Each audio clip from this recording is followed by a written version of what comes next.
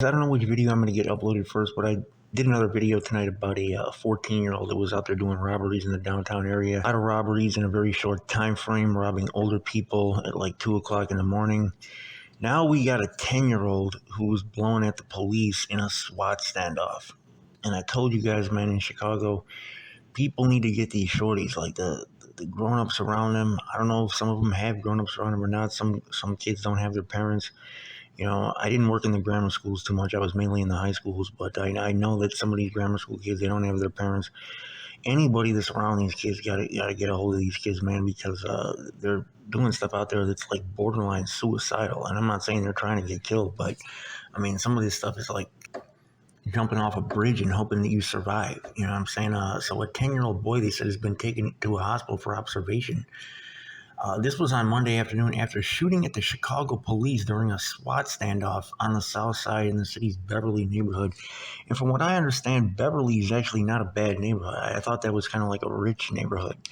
I've never really lived anywhere close by Beverly, but anybody from that area can hop in the comment section if you want. I thought that Beverly was a pretty upscale neighborhood, man. Chicago police officers responded just after 11:20 a.m. Over in the Beverly neighborhood for a report of a child in distress. Police said during a news conference that the child was able to get a hold of an unsecured weapon inside of his home and fired multiple shots. So the alderman, who's Matt O'Shea over there, he said the weapon was legally possessed and was just not secured.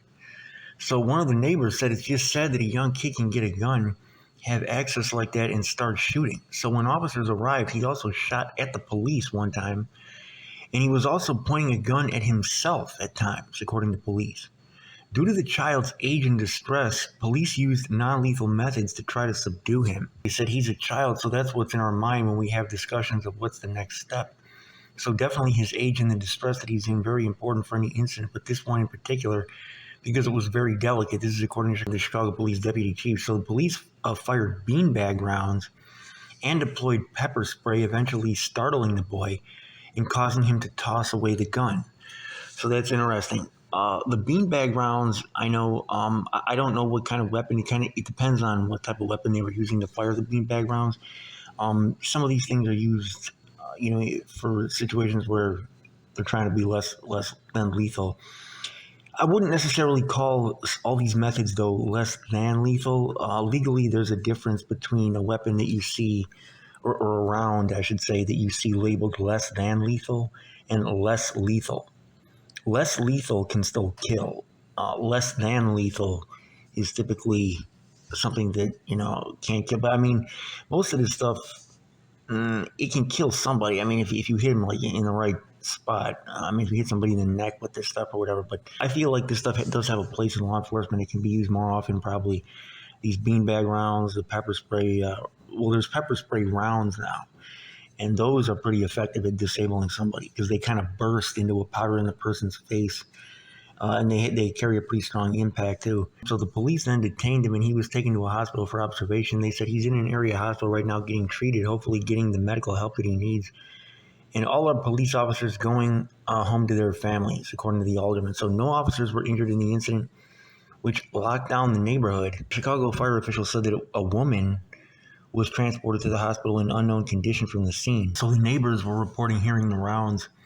They said they cordoned off everything. They had the tape around the houses, and they just heard shots. One lady said that she had met the boy and his brother this summer and isn't sure what happened on Monday morning.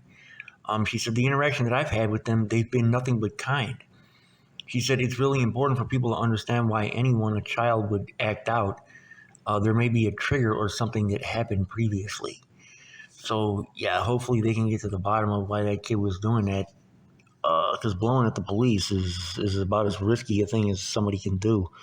But thankfully nobody was injured, man. But, yeah, anybody that's around these kids, man, you get these kids, because I'm telling you, there's a lot of shorties out there in Chicago that are just straight up. It's like driving a car at 100 miles an hour with your eyes closed, some of the stuff that they're doing. So hopefully this kid can get the help he needs, man, and some direction. It's your boy, Winnie City Report. I'm out.